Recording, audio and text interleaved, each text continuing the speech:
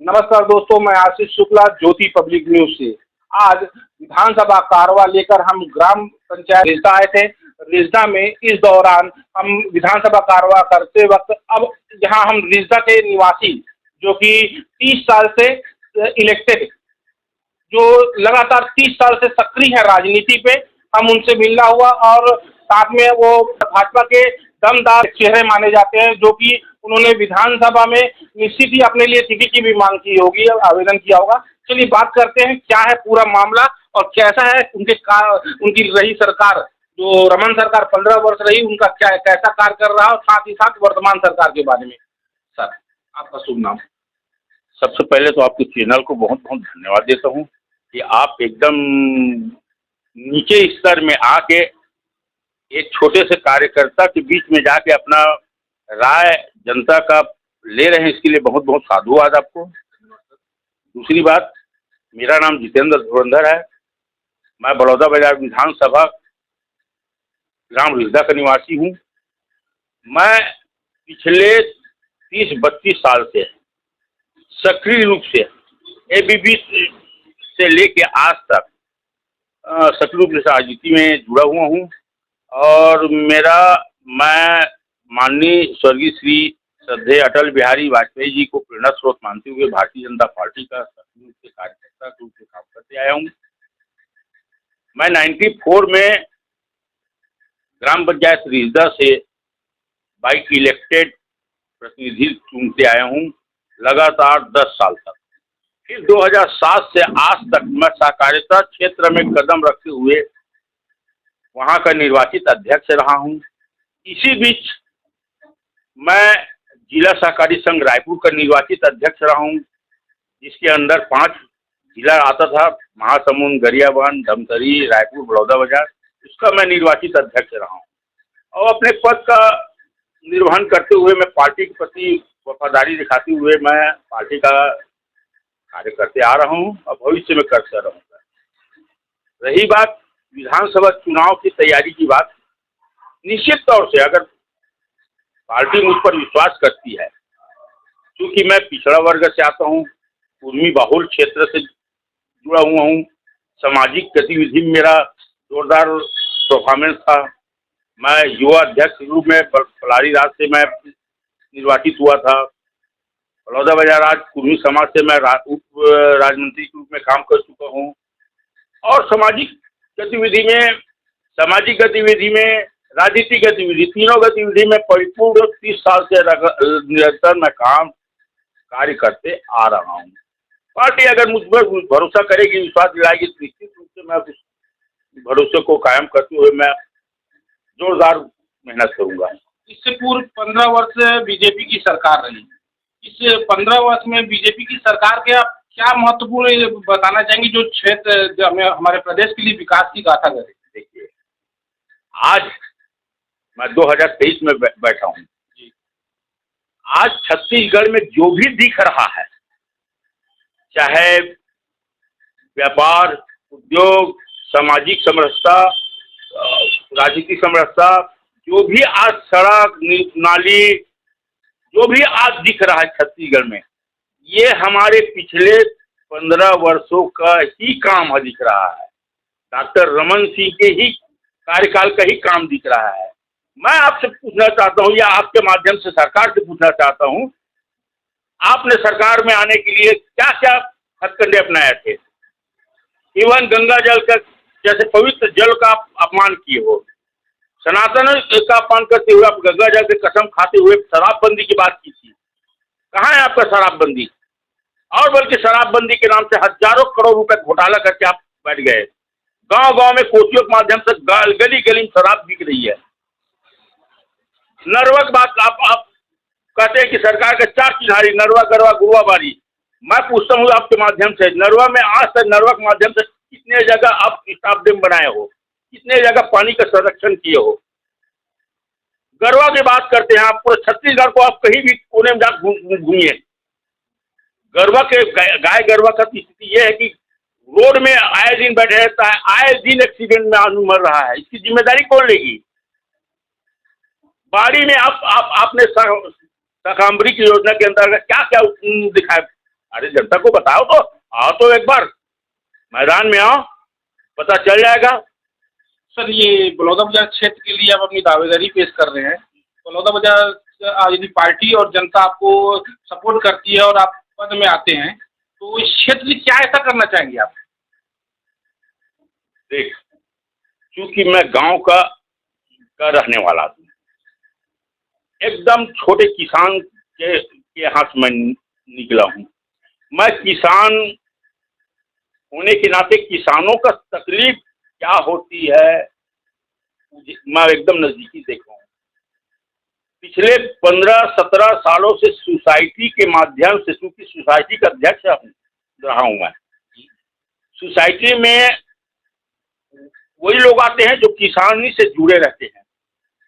ना तो समय में खाद नहीं मिल रहा है किसानों का, किसानों चाहिए क्या, समय में पैसा, खाद, धान उसका बिक्री हो जाना चाहिए, वाजिब मूल्य मिल रहा, भुगतान होना चाहिए, किसानों का समस्या है। मैं अगर मुझे मौका मिला और जनता मुझ पर विश्वास जताती तो निश्चित रूप से मैं बेरोजगारों के लिए रोजगार उपलब्ध करवाऊंगा। ये मेरा प्राथमिकता रहेगी, सबसे बड़ी बात। दूसरी बात, किसानों की जितने भी समस्या, पानी, सिंचाई से लेके खाद बीज तक, क्षेत्र जनता जानते हैं सोसाइटी से जुड़े होने कारण मेरा संघर्ष क्या रहा, किसान जानते हैं। आप बेरोजगारी की बात की, सरकार भूपेश बघेल के द्वारा बेरोजगारी भत्ता दिया जा रहा है, इस पे आप क्या कहना चाहेंगे? कहाँ दिया जा रहा है?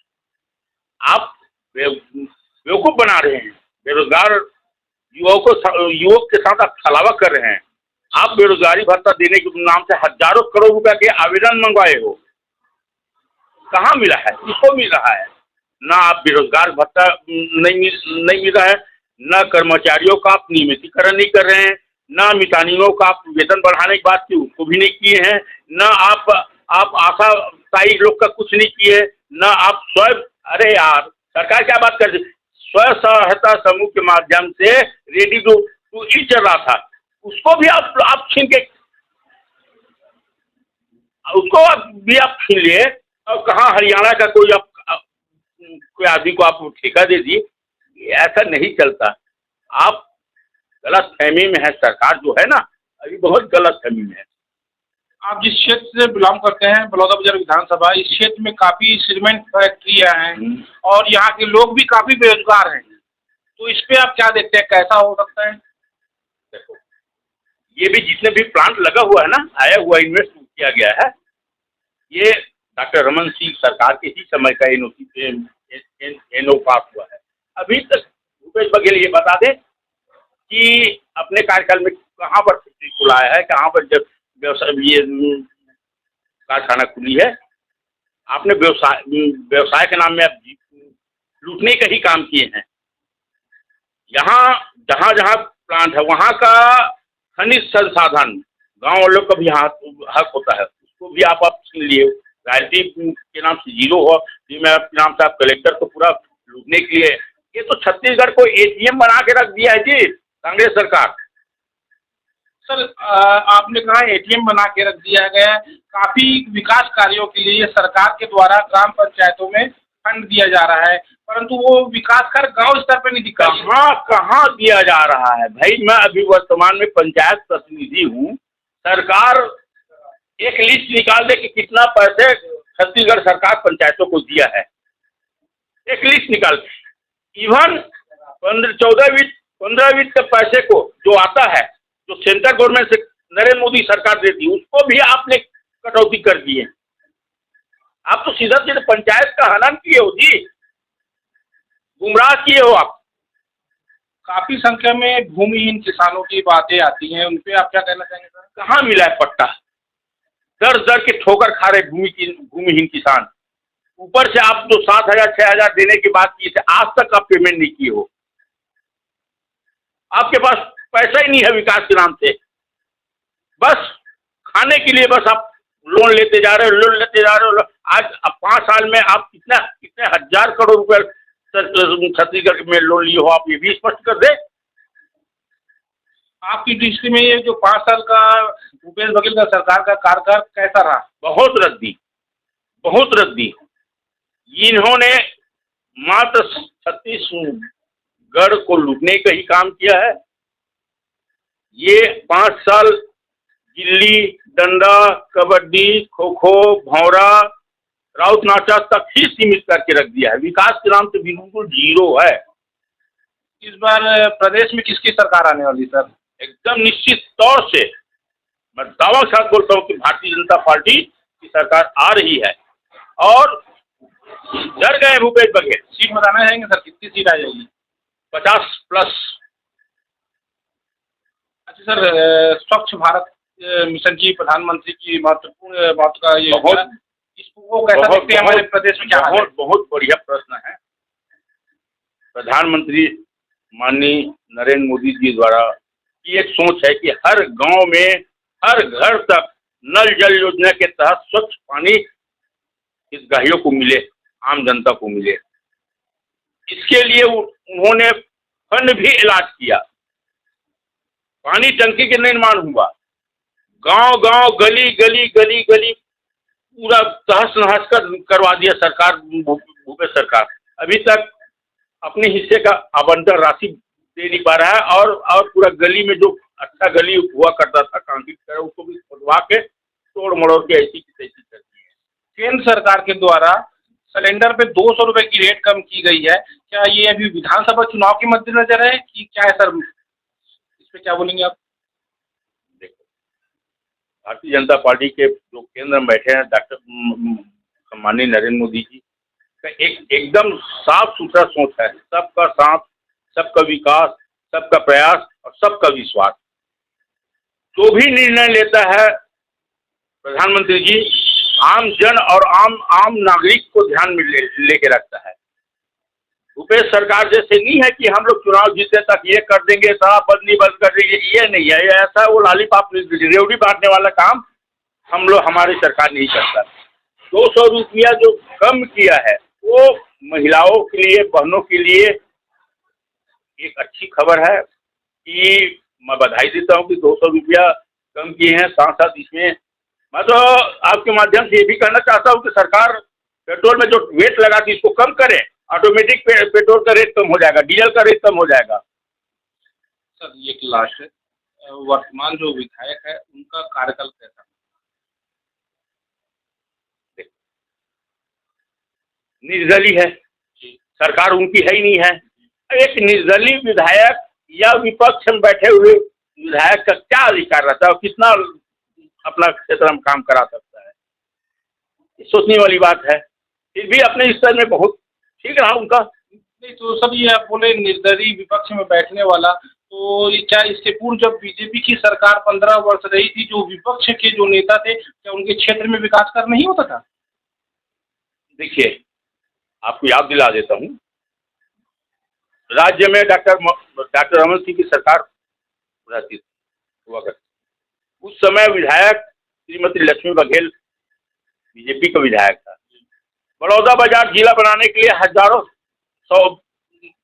पिछले 200 साल से मांग चल रही थी कि बड़ौदा बाजार विधायक को जिला बनाया जाए, लेकिन विधायक हमारे होते, सरकार हमारे होते जिला बन गया। तो कहीं ना कहीं तो लाभ तो मिलता है, सरकार का विधायक सरकार के वाले में लाभ तो मिलता है। तो ये आप सुन रहे थे ग्राम पंचायत रिजदा से जितेंद्र धुरंधर जी को, अपनी बात बेधागी से रखते हुए ज्योति पब्लिक न्यूज से आशीष शुक्ला।